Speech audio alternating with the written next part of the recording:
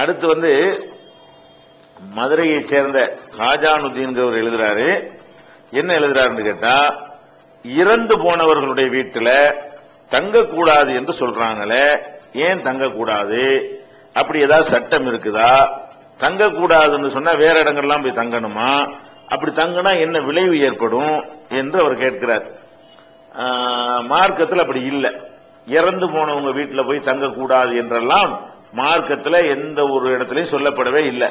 என்ன சொல்லப்பட்டிருக்குன்னு கேட்டா, ஒரு வீட்டில் ஒருத்தங்க இறந்துட்டாங்கன்னு சொன்னா, யாராவது இறந்துட்டாங்கன்னு சொன்னா அந்த வீட்டார்கள் கவலையா இருப்பாங்க. இப்ப கவலையா இருக்கக்கூடிய அந்த வீட்டில் போய் நம்ம சாப்பிடக்கூடாது.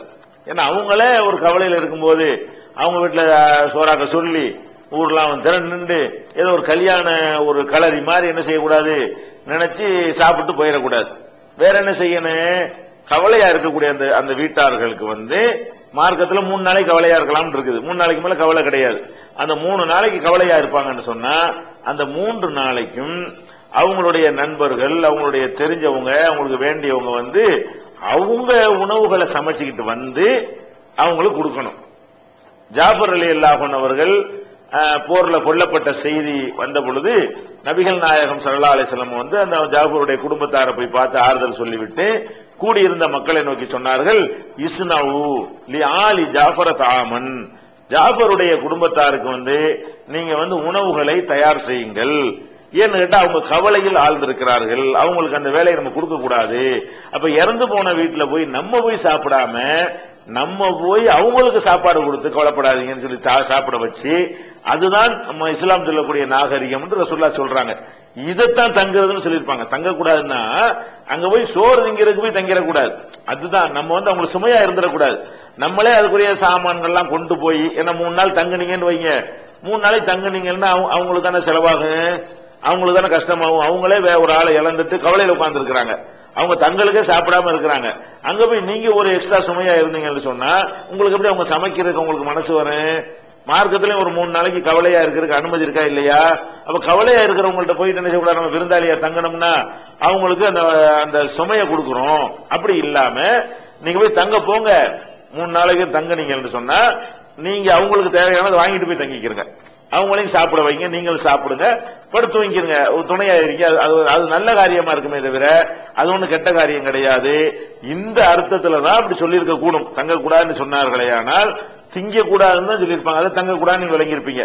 ஆனா சில பேர் மௌட்டிகத்தனமாக இறந்து போன வீட்டுல வந்து ஆவிகள்லாம் நடமாடிக்கிட்டு இருக்கும், அது வந்து நம்மள வந்து பிடிச்சிக்கிறோம் அப்படிங்கிறதுக்காக போய் தங்காதீங்க, இந்த மாதிரி அர்த்தத்துல சொல்லி இருப்பார்களே, ஆனால் அது மௌட்டிகம். இறந்து போன எந்த ஆவியும் இந்த உலகத்துக்கு வராது என்பது இஸ்லாத்தினுடைய தெளிவான தீர்ப்பு. நபிகள் நாயகம் ஸல்லல்லாஹு அலைஹி வஸல்லம் அவங்க மிக தெளிவாக கபூர்ல வைத்த உடனே கேள்வி கேட்பார்கள். நல்லவனா இருந்தா தூங்குன்னு சொல்லப்படும், கெட்டவனா இருந்தா அவன் கியாமத் நாள் வரைக்கும் வேதனை செய்யப்படுவான் அப்படின்னு இருக்கிறதுனால அவங்க வந்து இங்க வரவெல்லாம் இயலாது. குர்ஆன்ல கூட அல்லாஹ் என்ன செய்யறான்னு கேட்டா, அல்லாஹு யதவஃபல் அன்ஃபுஸ ஹீன மௌத்திஹா, மௌத்தாகும் பொழுது உயிர்களை எல்லாம் அல்லாஹ் தன்னுடைய கட்டுப்பாடுல எடுத்துக்கிறான். அப்ப அல்லாஹ்வுடைய கட்டுப்பாடுல இருக்கிறது எப்படி இங்க வரும்? மூத்தான பிறகு உள்ளத அல்லாஹ் பேசும்போது சொல்றான், ஒமின் வராயிஹிம் பர்ஸகுன் இலா யௌமி யுபஸூன், திரும்ப எழுப்பப்படுற காலம் வரைக்கும் அவங்களுக்கு இந்த உலகத்துக்கு மத்தியில கண்ணுக்கு தெரியாத ஒரு தடுப்பு சுவர் இருக்கிறது அப்படின்னு அல்லாஹ் சொல்றான்.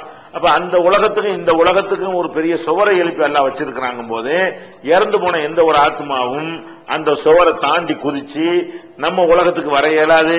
நம்மள உள்ள யாரும் அந்த சுவரை தாண்டி குடிச்சு அங்க போய் அவங்க என்ன செய்யறாங்கன்னு பார்க்க இயலாது. இப்படின்னு சொல்லி மார்க்கத்துல தெளிவா சொல்லி இருக்கிறதுனால இறந்து போன வீட்டுல எந்த செத்து போன ஆட்களுடைய ஆவியும் வராது. வரும் நீங்க நம்புனீங்கன்னா குர்ஆனை மறுத்தவங்களாயிருவீங்க, ரசூல் ஸல்லல்லாஹு அலைஹி வஸல்லம் ஹதீஸ்களை மறுத்தவங்களாயிருவீங்க. அந்த நோக்கத்துல போய் தங்கக்கூடாதுன்னு சொன்னால் தப்பு. அங்க போய் அவங்களுக்கு சுமையாக கஷ்டமாக இருக்கக்கூடாது, அவங்க வீட்டுல போய் சாப்பாடு செலவு வச்சிடக்கூடாது அப்படிங்கிறதா இருக்குமே. ஆனால் ஒரு 3 நாளைக்கு அந்த மாதிரி நம்ம தவிர்த்துக் கொள்வது நல்லது. அப்படி தங்குவதாக இருந்தால் அவங்களுக்கு நமக்கு தேவையானதை வாங்கிட்டு போய் என்ன செய்யலாம், தங்கிக் கொள்ளலாம்.